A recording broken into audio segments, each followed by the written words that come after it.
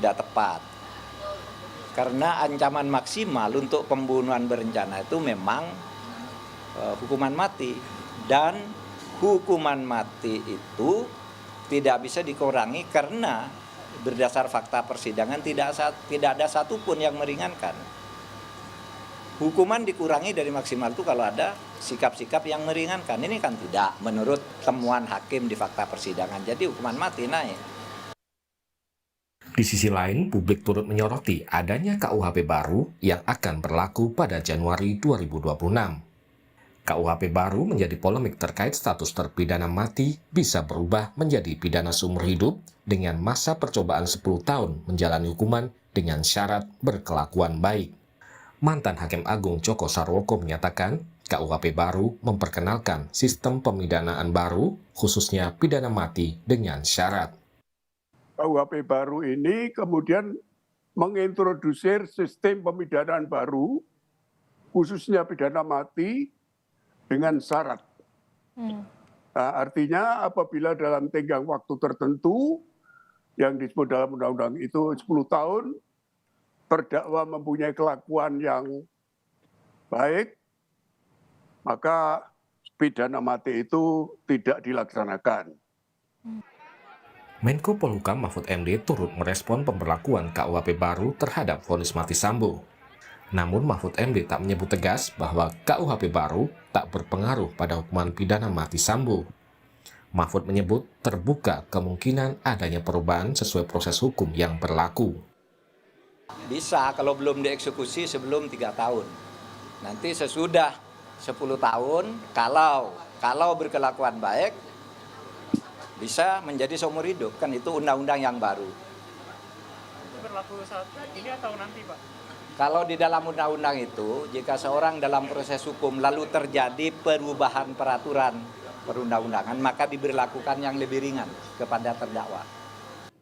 Selain menjatuhkan vonis lebih berat dari tuntutan jaksa pada Ferdy Sambo, Hakim PN Jakarta Selatan juga memvonis terdakwa lainnya, istri Sambo, Putri Chandrawati, dengan hukuman 20 tahun. Hukuman ini juga lebih tinggi dari tuntutan jaksa yang hanya 8 tahun. Menjatuhkan pidana terhadap terdakwa Putri Chandrawati dengan pidana penjara selama 20 tahun. Menetapkan lamanya masa penangkapan dan penahanan yang telah dijalani terdakwa dikurangkan seluruhnya dari pidana yang dijatuhkan. Kini Ferdy Sambo maupun Putri Chandrawati masih memiliki hak untuk melakukan upaya hukum dalam mengajukan banding atas putusan Majelis Hakim Pengadilan Jakarta Selatan. Tim Liputan Kompas TV. Saudara, sebelum membacakan vonis mati terhadap terdakwa Ferdy Sambo, hakim menyebut sejumlah hal yang memberatkan dan hal yang meringankan. Kita mulai dulu dari hal yang memberatkan terdakwa Ferdy Sambo. Majelis hakim berpendapat pembunuhan dilakukan terdakwa terhadap ajudan sendiri yang telah mengabdi kepadanya kurang lebih 3 tahun. Hakim juga berpendapat bahwa tindakan Sambo menimbulkan duka mendalam bagi keluarga korban. Selain itu, perbuatan ini menurut hakim menimbulkan keresahan dan kegaduhan yang meluas di masyarakat. Hal lain adalah perbuatan Sambo tidak sepantasnya dilakukan oleh aparat penegak hukum dan pejabat utama Polri, yakni Kadif Propam Polri. Hakim juga berpendapat perbuatan Sambo mencoreng nama institusi Polri di masyarakat dan dunia internasional. Sambo juga dinilai hakim menyeret banyak anggota Polri lain terlibat dalam perkara ini. Hal lain, hakim menilai Sambo berbelit-belit memberikan keterangan di persidangan dan tidak mengakui perbuatannya. Hal yang menarik dari pertimbangan hakim dalam memberikan vonis mati bagi Sambo adalah tidak ditemukannya hal yang meringankan. Berdasarkan pertimbangan itulah Ferdy Sambo mendapat vonis mati.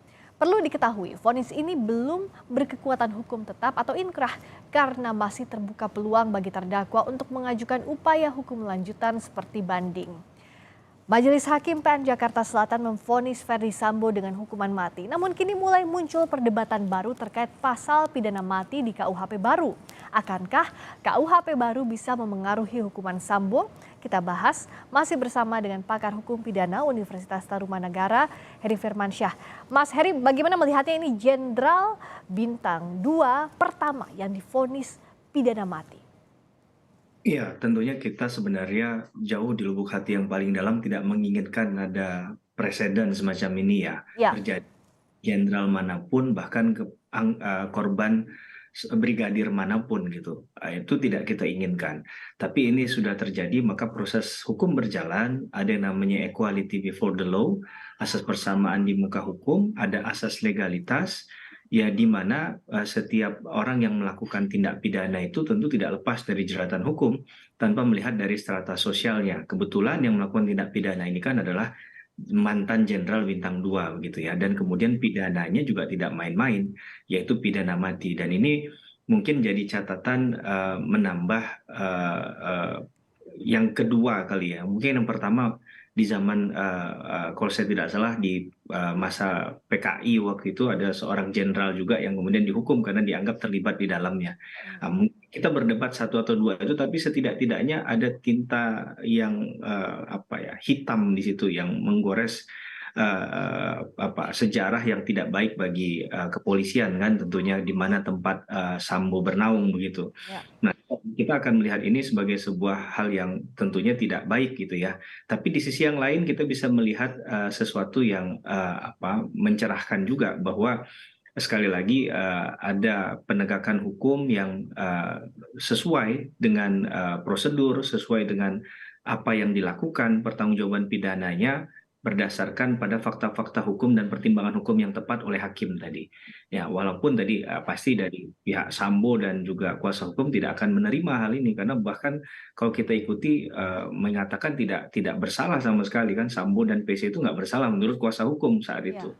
Ternyata kan hakim berdasarkan keyakinannya dan minimum 2 alat bukti menjalankan yang namanya teori negatif minimum pembuktian, sudah mengetok palu dan menyatakan putusan di tingkat pengadilan pertama ini di pengadilan negeri bahwa Sambo bersalah, bertanggung jawab, dan pidana yang dijatuhkan adalah pidana mati. Hakim meyakini bahwa ultra petita ini dengan menjatuhkan pidana mati jadi vonis yang tepat berdasarkan pertimbangan hakim.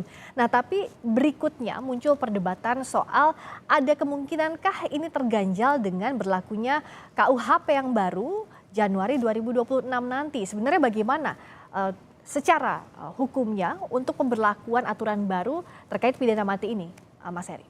Sebelumnya saya ingin menjawabnya begini, Mbak Priska, bahwa ini ada message yang ingin disampaikan terkait dengan kasus Sambo dan kemudian keberlakuan pasal 100 KUHP ini ya di Undang-Undang 1 tahun 2023. Undang-undang pertama yang disahkan oleh Presiden Jokowi di tahun 2023. Jadi ini kado di tahun 2023. Waktu itu kita tahu seperti itu ya.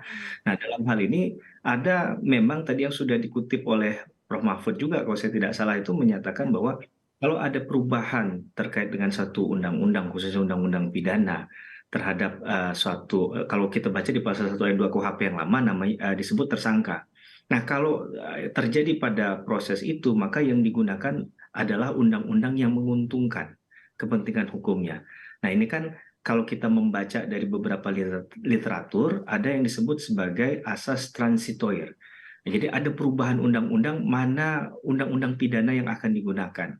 Nah, ini yang kemudian menjadi kegamangan publik, karena kalau saya membaca di pasal 100 KUHP itu kan tentang pidana mati percobaan atau pidana mati bersyarat, ada yang menyebut begitu. Karena ada kurun waktu tertentu selama 10 tahun yang ditetapkan bagi seorang yang sudah dijatuhi pidana mati, jika diberkelakuan baik, maka bisa saja dianulir, dalam tanda petik ya, pidana matinya berubah menjadi pidana seumur hidup. Nah, ini dikaitkan dengan kasus ini 340 penjatuhan pidana mati, apakah bisa berubah seperti itu? Kalau kita membaca lanjutan di pasal 100 itu ada produk hukum yang bernama kepres yang harus dimuat di sana, kemudian juga ada pertimbangan Mahkamah Agung, karena nanti juga itu berkaitan dengan eksekutor perkara pidana, dalam hal ini adalah kejaksaan gitu ya, mungkin berkoordinasi dengan Jaksa Agung. Jadi layernya banyak, tapi ada kekhawatiran publik adalah mengenai tafsirnya. Kemudian ini bisa digunakan. Yes, memang itu masih 3 tahun yang akan datang. Tapi ini celah hukum ketika ada dalil yang tidak terlalu jelas dimaksudkan dalam satu undang-undang, itu bisa saja kemudian dianggap normanya kabur dan bisa ditafsirkan dengan berbagai macam cara.